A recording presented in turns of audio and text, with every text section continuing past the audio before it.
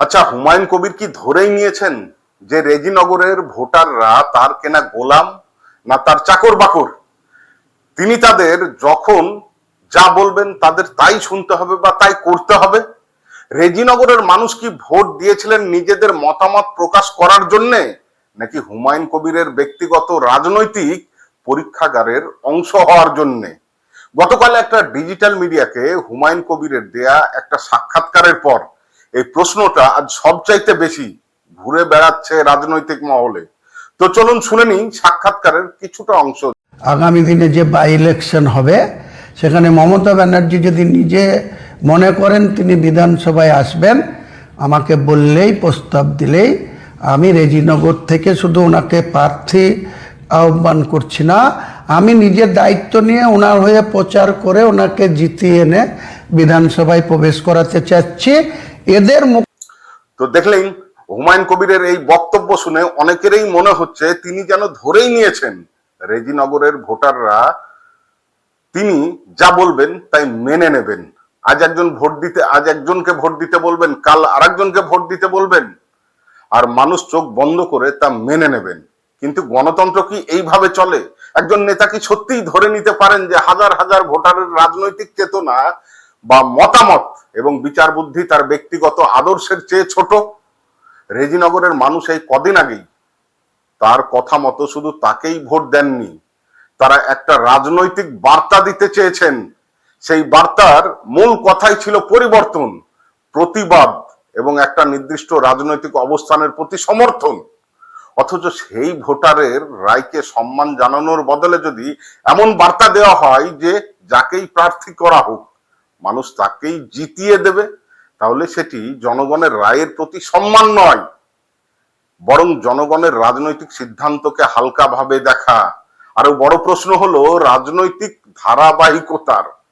গতকাল পর্যন্ত যে নেত্রী ও তার দলকে তীব্র ভাষায় সমালোচনা করা হয়েছিল, শুধু তাই নয়, গোটা রাজ্যের মুসলমান সমাজের কাছে এই হুমায়ুন কবির এই আবেদন করেছিলেন যে মমতা সহ তার দল তৃণমূলকে যাতে একটাও ভোট না দেয়।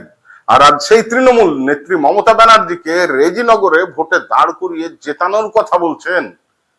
তাহলে রেজিনগরের মানুষ, আপনারা প্রশ্ন করবেন না যে আগের সমালোচনাগুলো কি নীতির ভিত্তিতে ছিল নাকি শুধু রাজনৈতিক সুবিধার জন্য? যদি আগের সমালোচনাগুলো সঠিক হয়ে থাকে তাহলে আজকের অবস্থান কিভাবে ব্যাখ্যা করা যায়? আর যদি আজকের অবস্থান সঠিক হয় তাহলে গতকাল বা 2 মাস আগের যে বক্তব্যগুলো আপনার ছিল তার মূল্য কোথায়? এই প্রশ্ন শুধু হুমায়ুন কবিরকেও নয়, মমতা বন্দ্যোপাধ্যায় এবং তৃণমূল কংগ্রেসকে ঘিরেও। কারণ রাজনীতিতে আদর্শের কথা বলা হয়, নীতির কথা বলা হয়, মানুষের স্বার্থের কথা বলা হয়, কিন্তু যখন রাজনৈতিক সম্পর্কগুলো মুহূর্তে বদলে যায় তখন মানুষ ভাবতে বাধ্য হয় আদর্শ কি সত্যি গুরুত্বপূর্ণ নাকি সবকিছুই ভোটের অঙ্ক। পশ্চিমবঙ্গের মানুষ বহু বছর ধরে রাজনৈতিক প্রতিশ্রুতি শুনেছেন, কর্মসংস্থান, শিক্ষা, স্বাস্থ্য, শিল্প, দুর্নীতিমুক্ত প্রশাসন, এইসব বিষয় নিয়ে অসংখ্য প্রতিশ্রুতি দেওয়া হয়েছে অতীতে এবং আগামী দিনেও নিশ্চিতভাবে দেওয়া হবে। কিন্তু সাধারণ মানুষের জীবনের বাস্তব সমস্যাগুলো আগেও যেমন ছিল এখনো তেমন থেকেই গেছে এবং আগামী দিনেও থাকবে, কেন কি এই ধরনের নেতা নেত্রীদের জন্য। ফলে মানুষ এখন রাজনৈতিক নাটকের চেয়ে জবাবদিহি বেশি চান।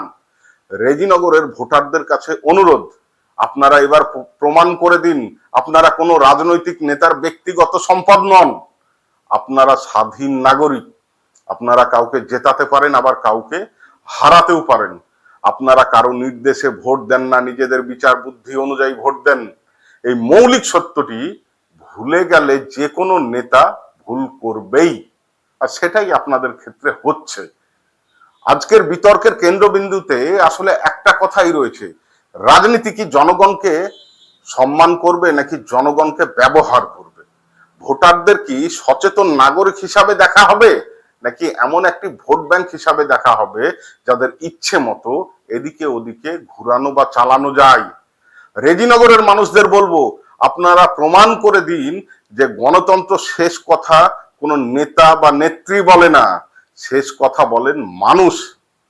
আর ইতিহাস বারবার দেখিয়েছে জনগণকে অবমূল্যায়ন করার রাজনৈতিক মূল্য একদিন না একদিন দিতেই হবে প্রত্যেককে, প্রত্যেক কটা রাজনৈতিক দল, প্রত্যেক কটা রাজনৈতিক নেতা নেত্রীকে।